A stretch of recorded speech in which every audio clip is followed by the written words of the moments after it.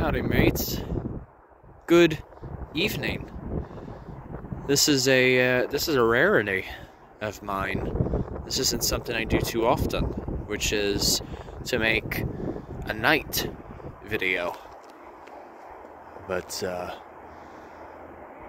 not going to quite reveal the location for various reasons. But I will say that tonight we do have the full moon. Or tomorrow is officially the full moon. That's what I should say. But for November, this is known as the Beaver Moon. And it's a story shared among indigenous nations, in which the story goes, knowing that we are near the time of year as to where winter is approaching, it's the time as to where the beavers are packing their material and preparing for rest and sustenance as winter does approach. And so, for November, it marks as the Beaver full moon. And so you figure the moon itself rotates around the Earth in a counterclockwise direction. And the full moon happens once a month out of a 29-day cycle. And so you figure right now, with the full moon, it's getting the full shine from the sun. And so the only thing in terms of the position is you have the sun, the earth, and then the moon. And that is how you have the full moon stage. Now, of course, the moon has a number of different stages. It has the new moon, which means it's in complete darkness.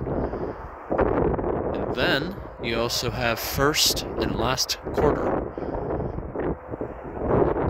which means half of a moon is exposed. Now, something in mind... Oh wow, you can't even see me.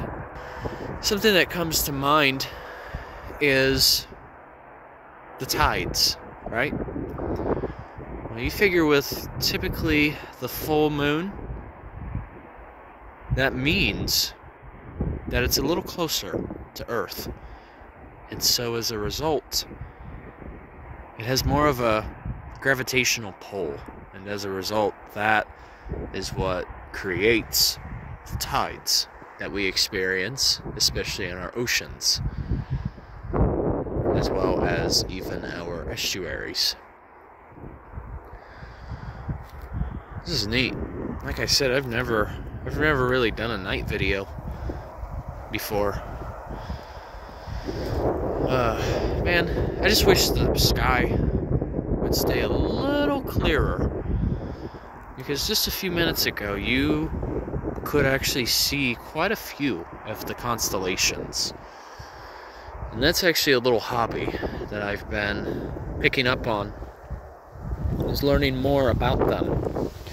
For those of you not really sure what a constellation refers to, they refer to patterns coming from the stars. And of course, when it comes to stars, they can vary in size. You have the red giants, or you can have the blue stars that are nearly reaching the end of their life.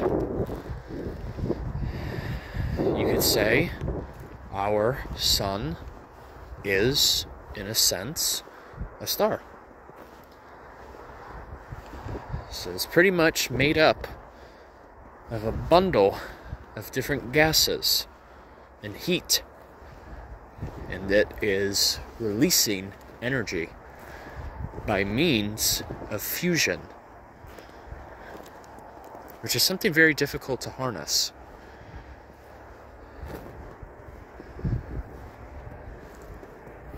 And these stars that I speak of, they can vary in distance. Something that we typically use in measuring the distance of stars is light years. And 1 light year can range about 5 trillion miles. And so, if a star is quite a few thousand light years away, it's pretty much innumerable.